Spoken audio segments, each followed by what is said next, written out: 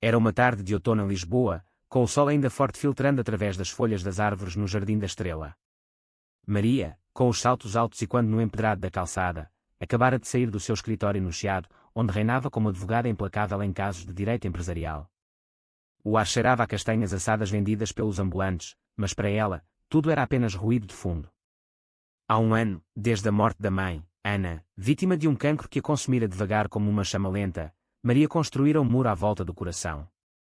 O pai, João, outrora o pilar da família, transformara-se num estranho.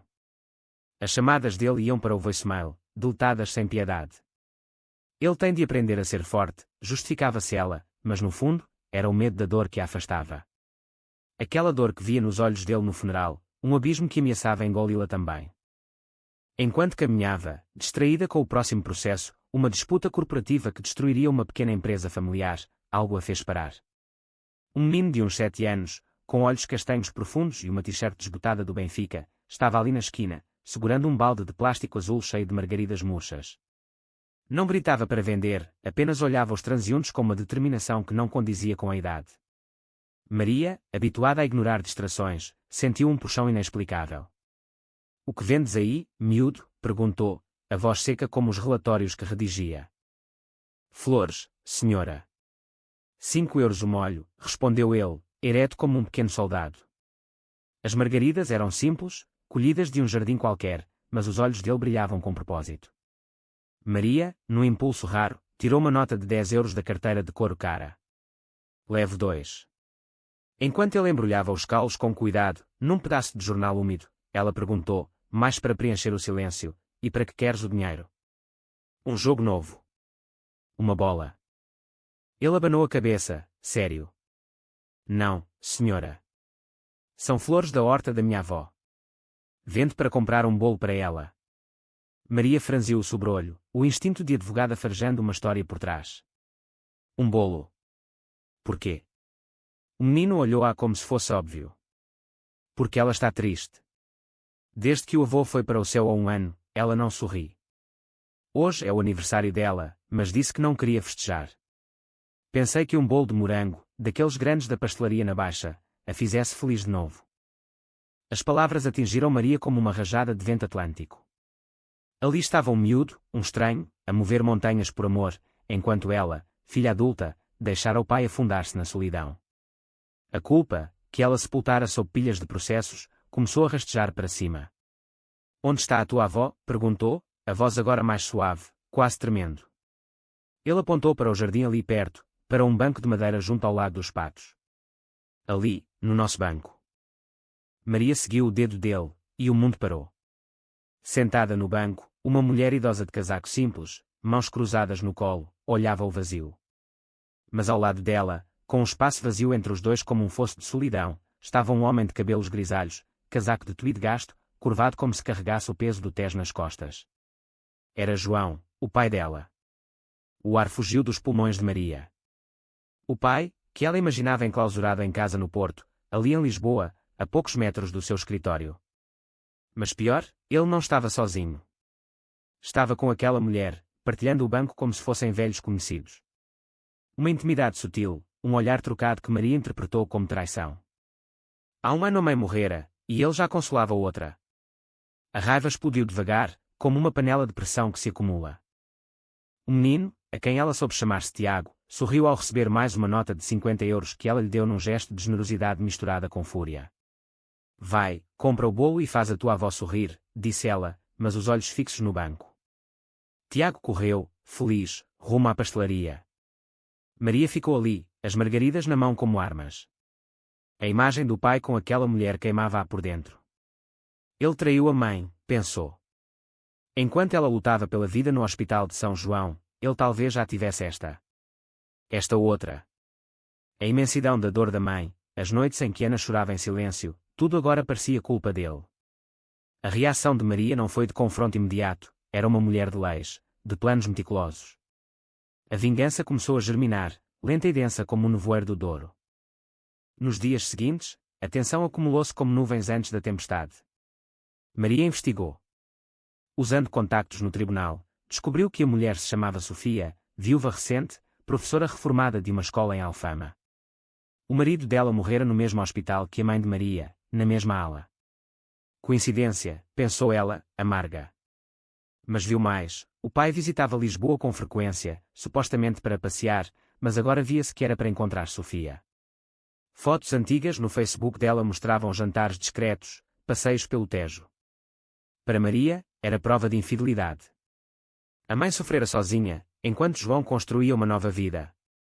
A traição silenciosa, o segredo mantido, cortava como uma faca afiada. Ele pagará, jurou ela, num sussurro para o espelho do apartamento luxuoso na Avenida da Liberdade.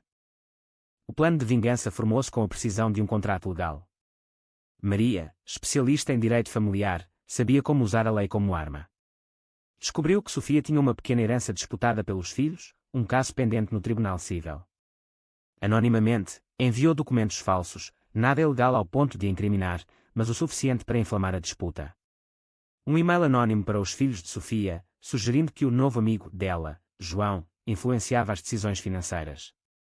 Ele está atrás do dinheiro dela, insinuou, sabendo que isso plantaria sementes de dúvida. Ao pai, começou a ligar de novo, mas com veneno disfarçado de preocupação. Pai, ouvi rumores. Cuidado com quem andas. A imensidão da dor dela impulsionava cada passo. Não era drama vazio, mas uma ferida aberta, a sensação de que o pai a trairá ela também, abandonando a memória da mãe. A tensão cresceu, dia após dia. João começou a parecer mais abatido nas chamadas esporádicas. Filha, há mal-entendidos, dizia ele, a voz tremendo como as ondas no Atlântico. Mas Maria ignorava, o coração endurecido pela raiva. Encontrou-se com ele num café no Rocio, fingindo reconciliação. Vi-te no parque com uma mulher, atirou, os olhos flamejantes. João empalideceu. Sofia. É só uma amiga, Maria. Encontrámo-nos no grupo de apoio enlutados no hospital. Ela perdeu o marido na mesma altura que a tua mãe. Falamos para nos apoiarmos mutuamente. Mas para Maria, era mentira. Amiga. Tão depressa. A mãe ainda quente na campa e tu já com outra. As palavras saíram como veneno, e João recuou, magoado. Não é assim, filha. Eu amava a tua mãe mais que tudo. Isto é só companhia na dor. A vingança borbulhava, mas o preço começava a manifestar-se. Maria sonhava com a mãe, olhos acusadores: o que estás a fazer ao teu pai? Os dias tornavam-se pesados, o trabalho sofria. No impulso, confrontou Sofia diretamente, num encontro acidental, no jardim. Afasta-te dele, sibilou, a voz baixa mas cortante. Sofia, com olhos tristes como o fado, respondeu: menina, o teu pai salvou-me. Depois da morte do meu marido, eu queria desistir. Ele ouviu-me, partilhou a dor dele. Não há nada além de amizade. Mas Maria não acreditou, a traição imaginada era demasiado profunda. O clímax explodiu numa noite chuvosa. Maria, consumida, enviou um dossiê anónimo para o emprego antigo de João, um engenheiro reformado, sugerindo irregularidades financeiras ligadas a Sofia, uma calúnia que poderia manchar a reputação dele. Mas ao fazê-lo, algo quebrou dentro dela. Ligou para o pai, tarde da noite, e ouviu a voz dele, quebrada: filha, porquê? Eu nunca te traí, nem a tua mãe. Sofia é como uma irmã na dor. Perdeste a fé em mim. As lágrimas de Maria misturaram-se com a chuva na janela. A vingança, que pensara curar a ferida, só a alargara. João, magoado demais, afastou-se de vez. Preciso de tempo, disse, e o silêncio que se seguiu foi pior que a morte da mãe. Meses passaram, e o preço revelou-se em pleno. Maria, outrora rainha do tribunal, via-se isolada, o coração vazio e quante. Num domingo, ao passear pelo mesmo jardim, viu Tiago e Sofia novamente. O menino, agora com um sorriso radiante, entregava flores à avó. O teu pai ajudou-nos tanto, disse Sofia ao vê-la. Ele organizou um grupo de apoio, salvou vidas. Mas agora? Ele está sozinho, por causa da desconfiança. Maria desabou no banco, as margaridas murchas da memória voltando.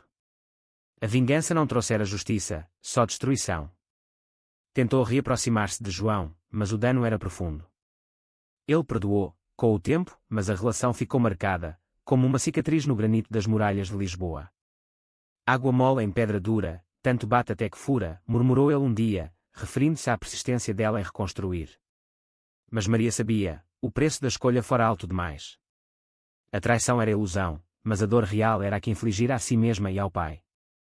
Naquele jardim, sob o sol de Lisboa, aprendeu que a vingança, por mais justificada parecesse, devorava a alma, deixando apenas cinzas onde outrora houvera amor.